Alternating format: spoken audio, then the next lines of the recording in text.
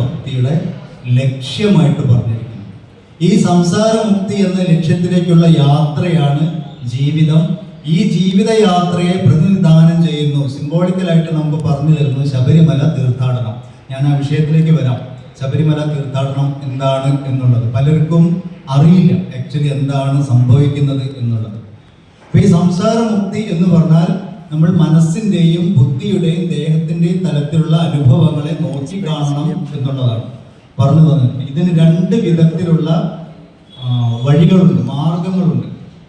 ഒന്ന് ആരാധനയാണ്, ഒന്ന് ഉപാസനയാണ്.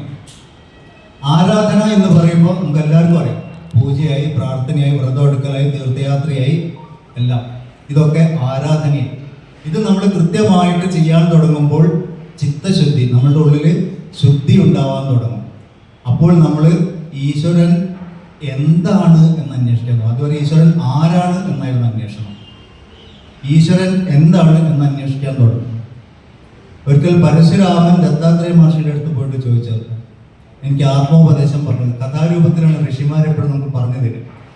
അപ്പൊ ഇനി കഥയിൽ ചോദ്യമില്ല, അതുകൊണ്ട് പരശുരാമൻ അവതാരം എന്തിനു പോയി ചോദിച്ചു എന്നൊന്നും ചോദിക്കരുത്. നമുക്ക് മോറൽ ഓഫ് ദ സ്റ്റോറി അതേ നോക്കാനുള്ളൂ. അപ്പൊ പരശുരാമൻ പോയി ചോദിച്ചു, ആത്മോപദേശം പറഞ്ഞു തരും. അപ്പം ഋഷി പറഞ്ഞു കൊടുത്തു, ഒരു കാര്യം ചെയ്യൂ, ത്രിപുര സുന്ദരിയെ പോയിട്ട് ആരാധിക്കൂ, പൂജിക്കൂ എന്ന് പറഞ്ഞു. അങ്ങനെ പരശുരാമൻ പൂജിച്ചു. 12 കൊല്ലം നിരന്തരമായ പൂജയും ജപവും ധ്യാനവും ഒക്കെയായി, ആരാധനകളായി ഒന്നും നടക്കുന്നില്ല. പരശുരാമനല്ലേ, എത്ര കാലം പിടിച്ചു നിൽക്കും? അവിടെ പോയിട്ട് ഒരു ദിവസം ഗുരുനാഥൻ്റെ അടുത്ത് ചോദിച്ചു, 12 കൊല്ലത്തോളമായി ഞാൻ പൂജിച്ച് നടക്കണം, ആരായി ത്രിപുര സുന്ദരി? അപ്പം ഋഷി പറഞ്ഞു, ഇപ്പോഴാണ് നീ ലൈനിലോ.